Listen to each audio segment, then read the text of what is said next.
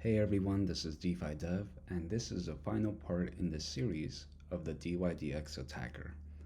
If you haven't watched the other two videos, I explain what exactly the attacker did in this new market.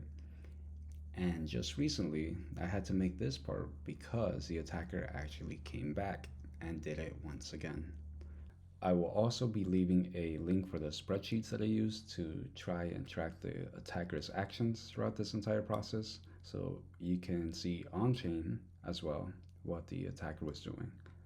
A quick note on pump and dump number 1, number 2, and number 3. This all happens within 24 hours.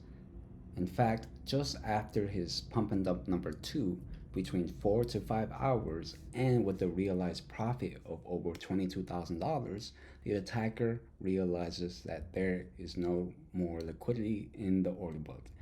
In fact, the attacker creates volume or a sense that there is trading activity in this market by using two DYDX accounts and trades against each other to drive the narrative that there is active trading in this market. In fact, he does this for over 20 minutes. As you can see here, attacker 1 and attacker 2 are just trading against each other. Now you have to remember, both these addresses are controlled by him. By doing so, he is increasing the volume for this market.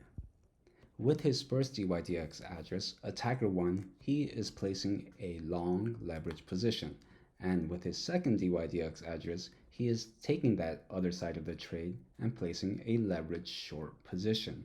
Now, just 4 minutes after this happens, this Solana address starts buying up CIG. What happens then is because the price of CIG is increasing, attacker 2, the one with the short position, is being liquidated. And as you can see on column E, as the price increases, attacker 2 is being liquidated, and attacker 1, their long leverage position, is being slowly closed until finally over here, as you can see, attacker's 2 address is deleveraged, and the loss goes from one DYDX address to his first DYDX address right here. Now, the price of CIG on the market is around 0.00033456. And just a few minutes later, the attacker sees that there is someone's ask on the order book. So what do? Again, they buy at a huge premium at this price, 0.00055, a huge premium price. And as soon as you can see it right here at 1650, just right around that same time, the attacker begins pumping up the price. And winner 2 actually loses money on this trade. As you can see here, previously, during the previous pump, winner 2 made money. As you can see, his profit, his P&L is 7,362. And over here, after this pump and dump, his P&L is actually reduced by $300. So the attacker successfully made more money from winner 2. Unfortunately, winner 1 was also a victim here. They had a sell order well above the Oracle price, and attacker 1A, which is a different sub-account for attacker 1, happily takes on that premium price, and not even 1 minute later does winner 1 get deleveraged. Essentially, as you can see here, their final P&L is 10,898, but previously, during the second pump and dump, as you can see here, their P&L was 11,853, so almost $1,000 down during this third pump and dump. Now that the attacker has successfully closed their position, made more profit, what happens on the real market over here, this Solana address immediately starts dumping their CIG. As you can see here, at 4:54 p.m., they immediately begin selling all their CIG, conveniently just 1 minute after their positions here are closed. Even though winner 1 and winner 2, overall they have a positive P&L, they actually lose money on this pump and dump cycle. In fact, as you can see, Right when winner one's position is closed, the attacker, as you can see here, withdraws the profit that they just made.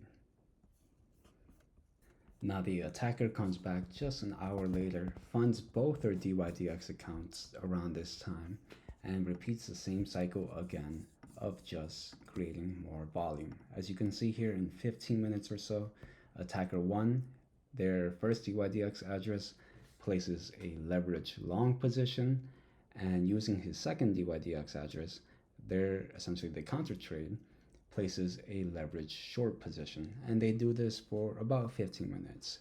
And his second DYDX address loses money, but not by any other DYDX trader. No, he is essentially losing money against himself. Now, what is a recap of pump and dump number 3? Remember, this all happens within 1 day of the attacker launching the SIG market, not even over 24 hours. The attacker creates the illusion of trading activity and increases the volume of this market by trading against themselves. After the attacker closes their own position against themselves, just a few minutes later, they find someone's ass liquidity. Essentially, they again pay a huge premium price above the oracle and take on a leverage long position. And as soon as that happens, they immediately start popping up the price on the market, as you can see here. And winner 2 and winner 1 both lose money on this cycle. Let's talk about pump and dump number 4. Yes, pump and dump number 4. Before this cycle even actually happens, what they do is withdraw all their money from their DYDX accounts, and they don't come back for 4 days. Okay, conveniently, it's the same time as this Solana address. This Solana address does not trade for 4 days, and when they come back, this attacker deposits 6 figures. As you can see, they deposit 6 figures and immediately find a new victim. As you can see here, they take liquidity, and victim 4 is liquidated in just 1 minute. And in 1 minute, they make $8,300. And as you can see here, around the same time, they pump up the price and immediately sell. And as soon as that attack is finished, the attacker withdraws all their funds. So what is the issue here during this entire attack? Well, it's the fact that the attacker can launch a new market, remove the liquidity from the vault, trade against it, and make a large profit. The attacker also benefits by earning interest during this entire attack. As you can see, on January 12th, they used the $10,000 to launch the SIG market, and they will be able to redeem their shares in the Mega Vault on February 13th if they decide to unlock their shares. So this attacker benefits by earning interest on their vault balance, even though they are the ones responsible for draining this sub-vault. Now, who loses money in this attack? Well, it's not only the victims here, as you can see. It's also the people who have funds in the Mega Vault. Now, why do I say this? Well, as you can see here, the TVL for the Mega Vault is currently around 70 million, but everyone who has funds in the Mega Vault share that $10,000 loss. The attacker is hardly impacted by this loss, even though they are the ones responsible for draining this sub-vault. Everyone shares that loss. On launch, the sub-vault for SIG market is drained within 40 minutes, as you can see here. The sub-vault that is meant to provide instant liquidity for traders to trade is drained by the attacker. 12 hours later, the new market bot on DYDX Discord announces that there is a new market available to trade. However, users do not know that the sub-vault meant to provide instant liquidity and meant to give users the best pricing to leverage long or leverage short is drained by the attacker.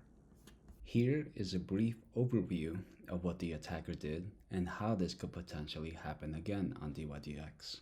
First, they fund a noble address using the secret network.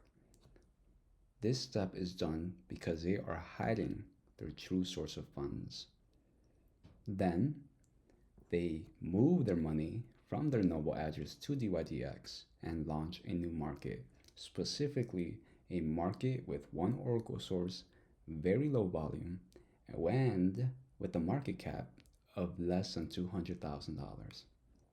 Because they are the first ones to launch the market, they have the upper advantage of trading against the vote. Specifically, they get the best prices from the vote. Then, once the step is done, either by using leverage, either longing or shorting, they go to the other market and begin manipulating the price. With that step done, and by liquidating the vote, they are in profit. Now the attacker has two choices: withdraw their profit from DYDX or lure new DYDX traders to come and place their asks on the order book. This DYDX attacker used two DYDX accounts to create the illusion of real trading activity.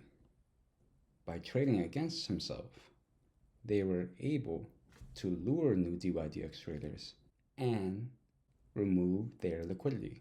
Now, this attacker does this and is willing to pay a high price above the Oracle price because they know that they are in control of the pump and dump. They won't close their positions until the pump and dump liquidates other users. Finally, they withdraw their funds back by withdrawing from DYDX to their Noble address, then from their Noble address back to the secret network. And this cycle can happen over again. Now, thankfully, Proposal 202 passed, and now the CIG-USD market is no longer available to trade on DYDX.